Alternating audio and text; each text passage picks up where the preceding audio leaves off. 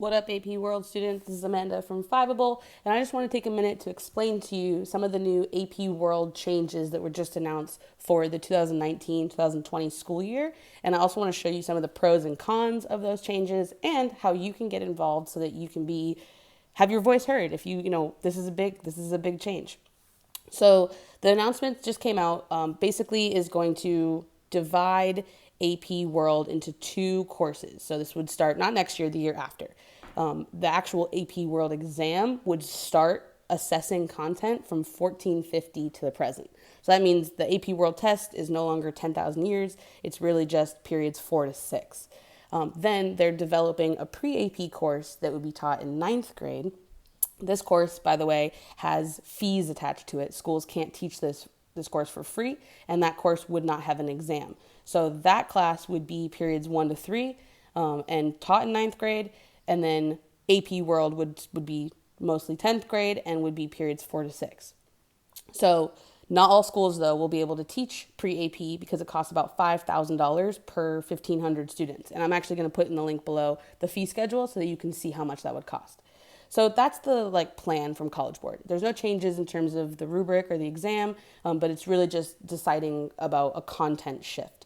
And so after these changes came out, there's been a lot of discussions online, teachers, students, in classrooms everywhere about what this means. Is this a good move? Is this not a good move?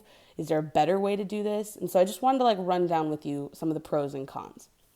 So a few pros. There's really two major pros for this move. The first one is just that 10,000 years of history is a lot, right? If you've taken this class or you've taught this class, it's a lot. It's a lot to teach. It means that you've got to cover a chapter a week. It means you can't slow down. It means you don't have that much time to dive into any one topic or really break down all the skills. So dividing out the course, if you only have to teach 1450 to the present for the exam, well, you can really slow down in industrialization and revolutions and Columbian exchange and decolonization, some of those topics that get sort of brushed over. Teachers will be able to sort of go more in depth in them. So that's good. That would be nice. That would be good for students. It's less to know for the actual test, and it's easier for teachers to go more in depth.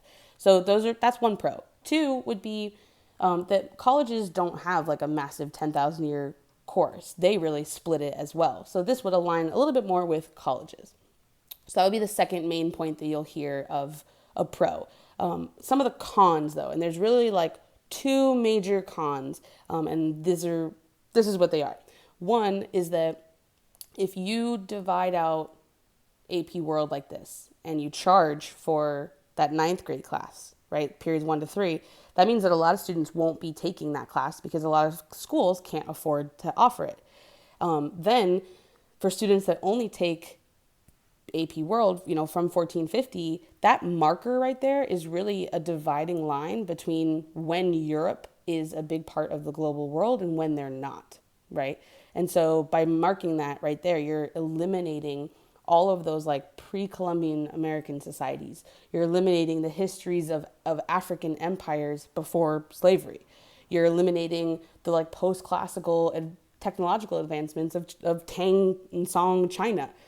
You don't have, the Islamic caliphates, the Mongols. Those are some pretty big players that don't include Europe, but would be eliminated in this move. And, I think the big question is, when would students learn those things? Is there another time? Because if you can only learn them in a paid course, that's not going to include everyone.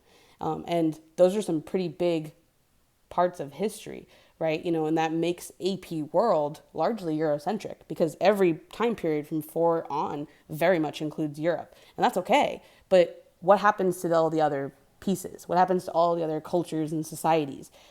How can you really understand modern context without those things?